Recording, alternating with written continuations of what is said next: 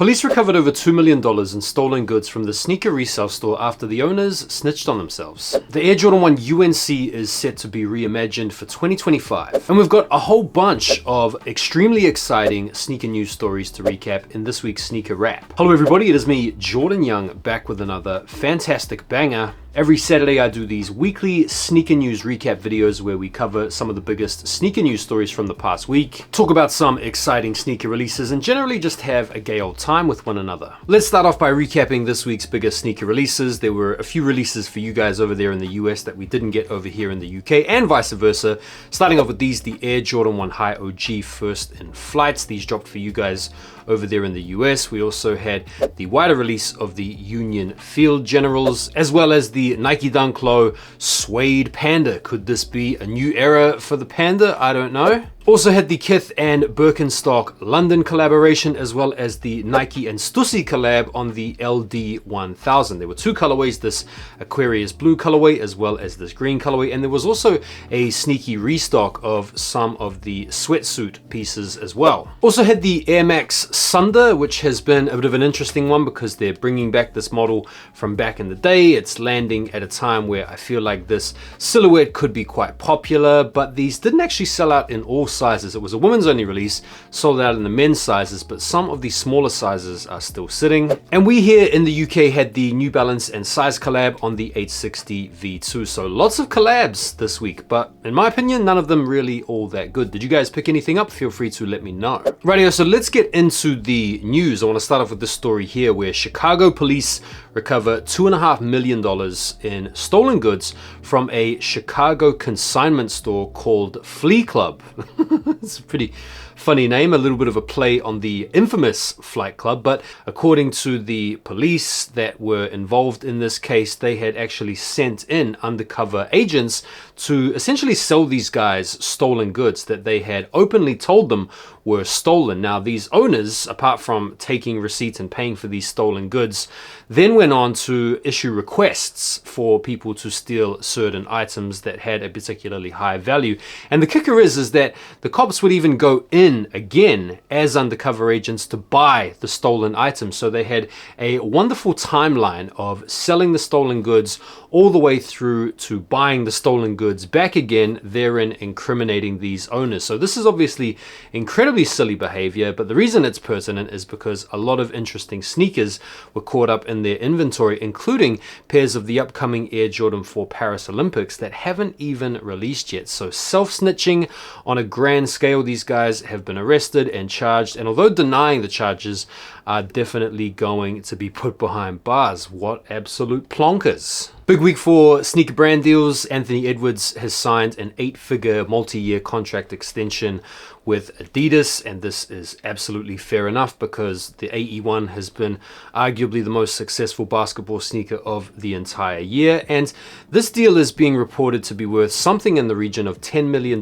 a year to the Ant-Man, which in addition to his something like $42 million NBA salary is netting the bro basically $1 million a week, which is pretty crazy. Now, on the flip side of brands getting on with athletes, the opposite is true in this case. Jaylen Brown has called out Nike for what he perceives to be a flagrant Olympic snub. As you guys may have learned this week, Kawhi Leonard has withdrawn from Team USA because he needs to apparently focus on his game for the upcoming NBA season, and his roster spot, instead of being filled by someone as well credentialed as Jaylen Brown, has ended up being taken over by this guy, Derek White. I don't know who Derek White is. He must be pretty decent, but I'm sure he's not as good as Jaylen Brown, who is, of course, the NBA Finals and Conference Finals MVP.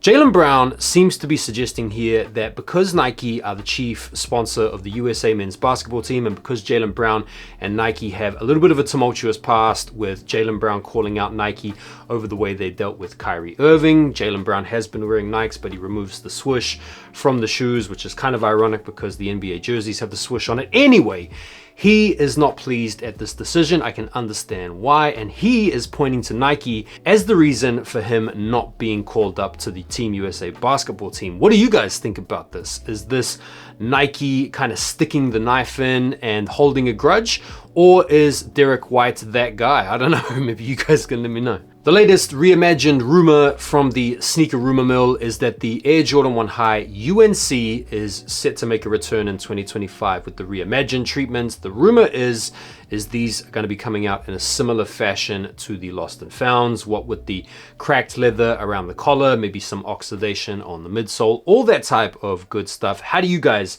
feel about the reimagined series continuing on in earnest? I think it's a good thing.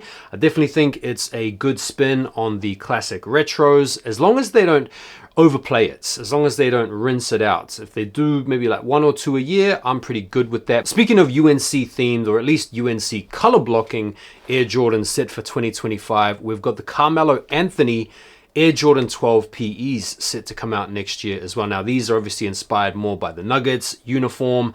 These came out in Carmelo's rookie year. And of course, if they were true to the PE form, they would say the little Melo on the back of the shoe. But apparently it's going to be just a strict color blocking, which I am okay with. I think these are definitely up there in terms of 12 colorways. But I guess this brings up the question, would you guys rather see these come out as the PE with the Melo on the back? I think that would be a really nice touch. And considering Nike are going into the vault these days and bringing back all these old and rare models, why not bring out some player exclusives, man? That would be cool. What do you guys think? You up for seeing some PEs? Let me know. Tekken 8 and Nike are teaming up on a special edition of the Nike Air Foamposites, which are supposed to be dropping this fall. And if you know anything about Foamposite pricing, you'll know that these are probably going to go for like 250 bucks or maybe even more. Like, check out this packaging, man. The packaging on these is really tough. The design is pretty cool. These look a little bit like the eggplant foams in terms of the colorway, and then they've got this stealthy graphic inlaid into the uppers. I think these are pretty nice. We also saw this week this post, which I was pretty fired up about when I first saw it. It's the story around Don C revealing some old Kanye West Louis Vuitton samples. I thought, man, here we go. We're going to see heaps of really cool shoes that never quite made it. And then he ended up sharing this pair here, which I think is flagrantly shocking and abominable. But you can definitely see where the design inspiration was coming from at that time. His influences from shoes like the Jordan 1 High that he was wearing a lot in the early 2000s, or maybe even Supras that he was into as well, the whole strap thing. You can kind of see the similarity in design language from the Nike Air Yeezy 1 and 2 to these, but I'm very glad that this particular pair at least stayed in the drafts. Right, let's talk about some new sneakers, some upcoming sneakers. I want to start off with this because people are wigging out about the prices for the Louis Vuitton Timberland boots, and I have no idea why. What did we expect? These were going to come in at a fraction over the normal Timberlands? Please. There is supposed to be a pre-launch happening sometime this week on July the 18th, but a lot of people have been talking about the prices, so let's just go through them. On this pair here, the Louis Vuitton 6-inch ankle boot is just under 3 grand, 28.50, compared to the normal waterproof boot, which is just under 200 bucks. Most of them are coming in around 2.5 to 3 grand in price, with the more expensive pair being the Ranger boot as well as the mid boot. But I don't understand what people are getting all upset and twisted up over. It's Louis Vuitton. What did you expect? They were always going to be expensive. In fact, we even saw reports that some of these pairs were going to be retailing for up to and over like 50k or something like that. So I feel like these prices are completely in line with what you would expect to pay for any type of Louis Vuitton product, and people are just completely bugging out over nothing. Some good looks at the Air Jordan 11 Legend Blue, aka the Columbias. They last came out back in 2014, which I remember fondly because it was like the first time in some time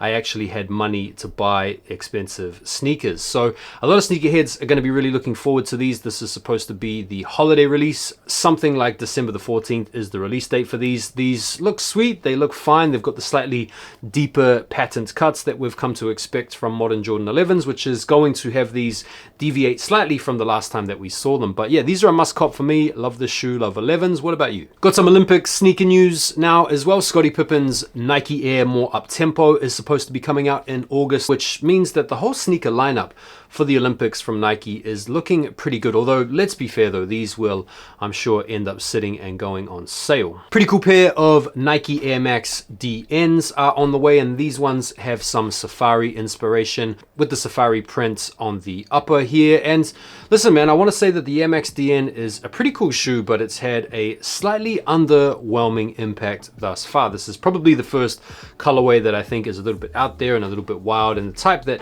might get some people out there excited. Not me though. I'm not excited about these at all. We've had an on-foot look at the pink Travis Scott Air Jordan 1 Low SP, which aren't supposed to be releasing until next year, but we've seen them on the foot of this character here, who's a guy that I don't know, but he obviously must be pretty well connected. They look pretty sweet on feet, can't really hate on them at all. They're not like a must cop. I feel like they're, of the Travis 1 Lows that are set to come out, probably one of the lower registering models, at least for me, in my opinion. But yeah, they're a thing, they're actually happening. We can put this rumor to bed. We should be seeing these in 2025. Yet more Air Jordan 4 RMs. This time we've got a black cat, and I feel like there are a whole bunch of colorways of the Jordan 4 RM lined up for us, so much so that I'm kind of over them already, and they haven't even come out yet. The black cat colorway though, you can't really go wrong with. Obviously these are going to be really popular, and I'm definitely going to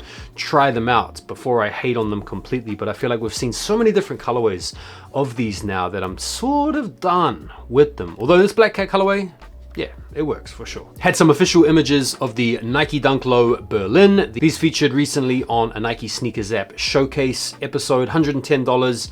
Holiday release, and it's a pretty nice shoe, to be honest. It features this predominantly black upper with a mixture of leather, and then there's this sort of stealthy pattern inlaid into the back.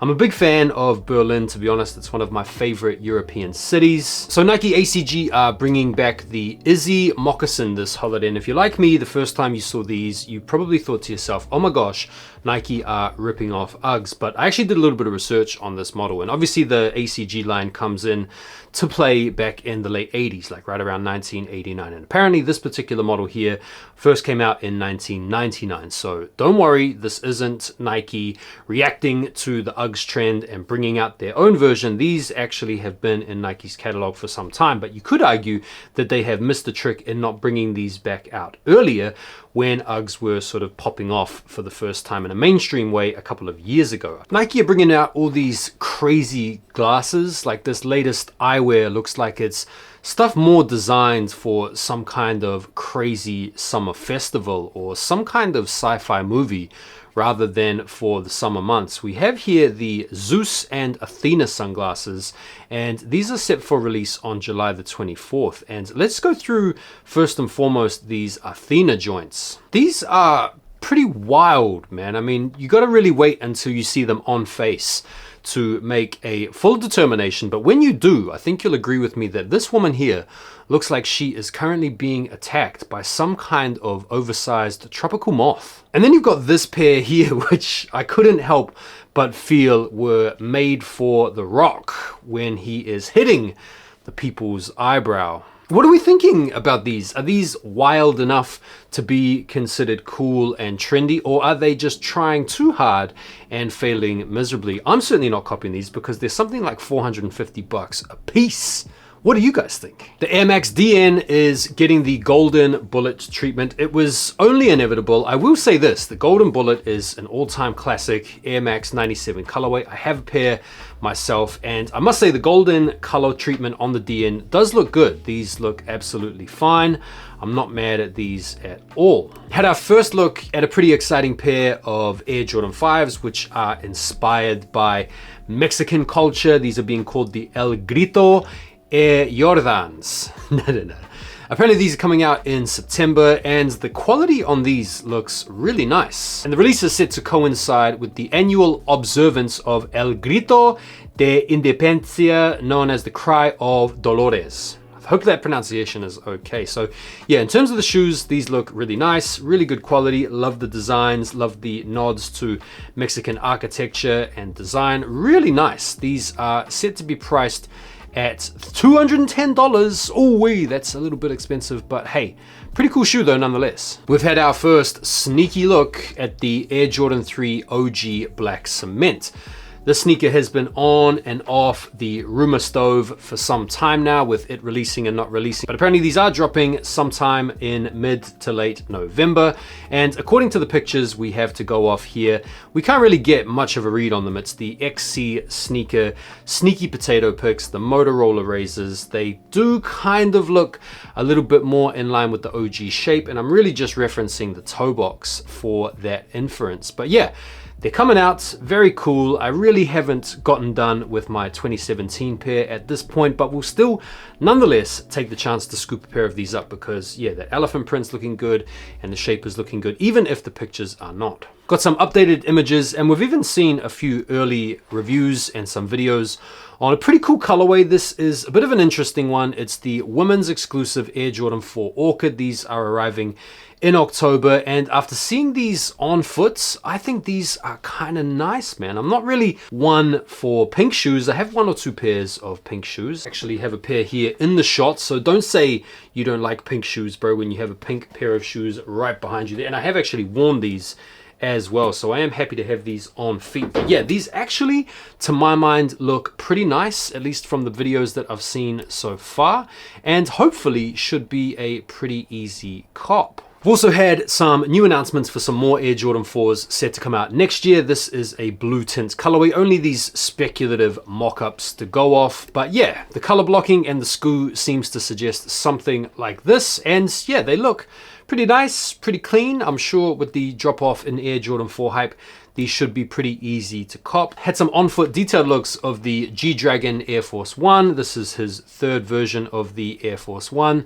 And these are coming out in the fall and look kind of similar to the first version he brought out in this predominantly dark colorway, but the only difference is these have a pink swoosh on the left shoe and they have a teal swoosh on the right shoe. And I'm not sure what happens when you start to wear away the upper, if it features that sort of collage or that multicolored art underneath. But yeah, these look pretty cool. Mates, the Scousers are going to be getting their very own Air Max 95, mate, releasing in 2025. That's fucking boss la, mate. No, sorry. Liverpool FC are getting their own Air Max 95 coming out in 2025. And if you know about the UK and Liverpool, mate, you'll know that the Air Max 95 has a pretty special place for Liverpudlians, nicknamed the 110s because they used to be 110 pounds, but now it's probably more correct to call them the 155s. No images to go off at the moment, but this will be a very welcome collab for people up in Scouserland. Rightio, let's finish off by talking about some of the sneakers you guys might want to keep an eye out for this week. We have first the Air Jordan 3 WNBA, which are dropping on July the 19th, and these are going to be retailing for $200, and they feature this all camo upper. Same day you have the Nike Air Safari. These weren't even on my radar. I mean, these are legendary. That's how crazy the whole retroing shoes of the past is getting these days. You've got these classics from back in the day that are coming back and they're barely even registering. What the heck? Also on July the 19th, you've got the Stussy and Nike collab. The shoe that we saw released via the Stussy website last week is probably going to be wheeled out via the Nike sneakers app. So if you didn't come up via Stussy, don't pay the resale just yet. If you need these, you can have a go on the Nike sneakers app July the 19th. July the 20th, a couple of pairs of AE1s. You've got the AE1 Low in the MX Silver Pebble colorway with the sort of MX style color blocking on the upper, and then you have the AE1 MX Charcoal in the regular mid-top version. Both very cool shoes. And then also on July the 20th, probably the release of the weekend, arguably the release of the month, the Nigel Sylvester Air Jordan 4 RMs. And that is it for this week's sneaker wrap. Thank you guys so much for taking the time to watch the video. Do me a favor and give the video a like before you bounce, and be sure to go and give it a super thanks also of at least 10. I'm only joking, but I'm not really. I'll see you guys on the next video. Enjoy the rest of your weekend. Come on, England, we can do it in the Euros, and I'll see you guys very soon. Take care for now, and peace.